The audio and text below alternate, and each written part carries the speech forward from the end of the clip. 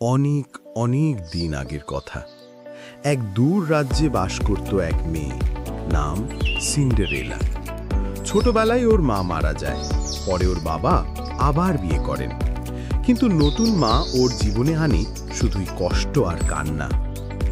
প্রতিদিন ভোরে উঠেই সিন্ডারেলাকে ঘর মোছা, কাপড় ধোয়া, রান্না করা সব কাজ করতে হতো।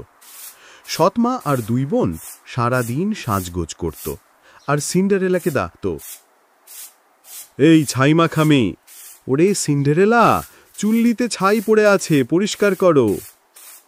ওর নামের মানেই হয়ে গেল ছাইয়ের মেয়ে। কিন্তু তবুও সিন্ডারেলা হাসত। ওর মন ছিল আকাশের মতো পরিষ্কার আর স্বপ্নে ভরা। একদিন রাজ্যে ঘোষণা এলো, রাজপুত্র তার জন্মদিনে রাজকন্যা খুঁজবে। সব তরুণী মেয়েকে রাজপ্রাসাদে আমন্ত্রণ। সৎ বোনরা তো খুশিতে নাচতে লাগলো, কিন্তু সিন্ডারেলা, ওর মনে আশা, আমি কি যেতে পারবো?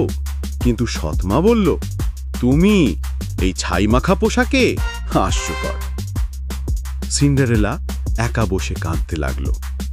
ঠিক তখনই ঝলমল আলোয় ভরে গেল ঘর। এক পরী নামলো আকাশ থেকে। পরী বললেন, ভয় পেও না মা, আমি তোমার পরী গডমাদার। আজ তোমার স্বপ্ন পূরণ হবে। পরী তার জাদুর ছড়ি ঘুরালেন, আর এক মুহূর্তে ছাই মাখা পোশাক হয়ে গেল ঝলমলে নীল গাউন। ইঁদুরগুলো হয়ে গেল ঘোড়া, কুমড়ো হয়ে গেল সোনার গাড়ি। পরী বললেন, যাও প্রিয়, কিন্তু মনে রেখো, রাত 12টার পর জাদু ভেঙে যাবে। রাজপ্রাসাদে সবাই তাকিয়ে রইল। রাজপুত্র যেন চোখ ফেরাতে পারছিল না। তারা সারা রাত নাচল, হাসল, আর মনে হলো সময় থেমে গেছে। কিন্তু হঠাৎ ঘড়ি বাজল, টং টং টং। সিন্ডারেলা দৌড়ে বেরিয়ে গেল। জুতোটা এক পা থেকে খুলে পড়ে গেল সিঁড়িতে। হ্যাঁ, পরদিন রাজপুত্র সারা দেশে খুঁজতে লাগলো, যার পায়ে এই কাচের জুতো ফিট হবে সেই আমার ভালোবাসা। সব মেয়ে চেষ্টা করল, কেউ ফিট হলো না। শেষে রাজপুত্র এলো সিন্ডারেলার ঘরে। সৎমা বলল, ও তো আমাদের কাজের মেয়ে। কিন্তু রাজপুত্র বলল, তবুও চেষ্টা করুক।